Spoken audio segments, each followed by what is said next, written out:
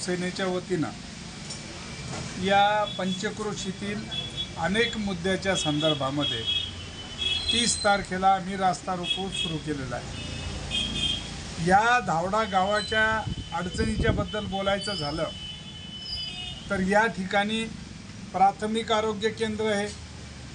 हे गाव नॅशनल हायवेवर आहे, परंतु या ठिकाणी 24 तास प्राथमिक आरोग्य केंद्रासाठी डॉक्टर पाहिजे ही आमची मागणी आम्ही केलेली आहे। त्याचबरोबर इथं औषधीचा पुरवठा व्यवस्थित असला पाहिजे। या धावडा गावामध्ये पशुधन मोठ्या प्रमाणामध्ये असल्या कारणामुळे या ठिकाणी पशुवैद्यकीय दवाखान्याची इमारत आहे, परंतु गेल्या 15-20 वर्षापासून डॉक्टर नव्हता। त्या बाबतीमध्ये आम्ही 22 तारखेला उपायुक्त पशुसंवर्धन जालना यांच्याशी संपर्क केला, त्यांना निवेदन दिलं, 30 तारखेचा रास्ता रोकोचा इशारा दिला आणि त्याची दखल घेऊन लगेच शासनाने आज या ठिकाणी डॉक्टर योगेश गोरे यांची पशुवैद्यकीय अधिकारी धावडा म्हणून नेमणूक केलेली आहे। म्हणजे शिवसेनेच्या आंदोलनाचं हे यश आहे। शिवसेनेनं या धावडा गावातील या गावाला 24 तास वीज पुरवठा मिळावा यासाठी धावडा गावाचा गावठाण फिडरमध्ये समावेश करावा म्हणून मागणी केलेली आहे। त्याचबरोबर या ठिकाणचे बक्षेवाडी आहे, त्या ठिकाणचा पूल असेल, त्या ठिकाणचे रस्ते असतील, त्याचा विषय असेल, बाळामाळावाडी आहे त्याचा विषय असेल, या गावातल्या 3 स्मशानभूमीला जायला रस्ता नाही, 33 kV सेंटरला जाण्यासाठी रस्ता नाही, तो मुद्दा असेल, असे अनेक मुद्दे आम्ही या ठिकाणी संयुक्तरित्या घेतलेले आहेत। त्याचबरोबर आमच्या शेतकरी बांधवांचा सर्वात महत्त्वाचा जो विषय की आमच्या या पंचक्रोशीतील शेतकरी बांधवांना पीक विमा मिळालेला नाही।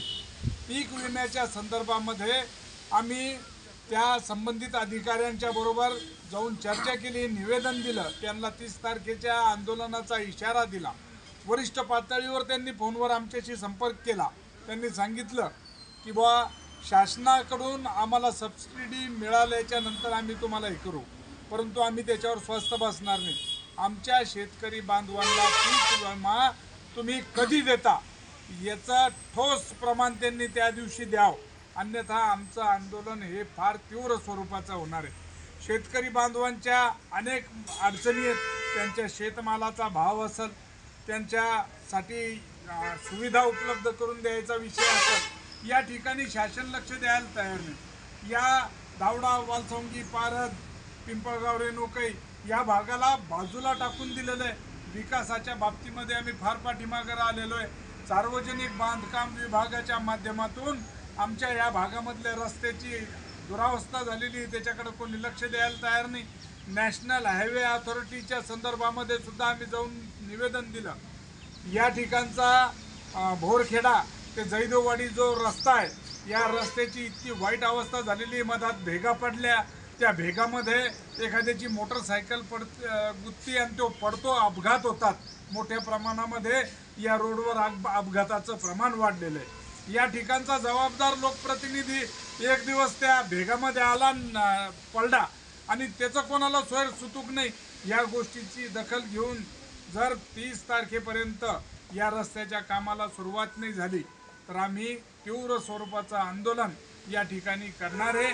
आमच्या रास्ता रोकोसाठी सर्व शेतकरी बांधवांना मी कळकळीचं विनंतीनं आवाहन करणार आहे की आम्ही तुमच्या मुद्द्यासाठी आंदोलन करायला लागलो, आपणही त्याच्यामध्ये सहभागी व्हा।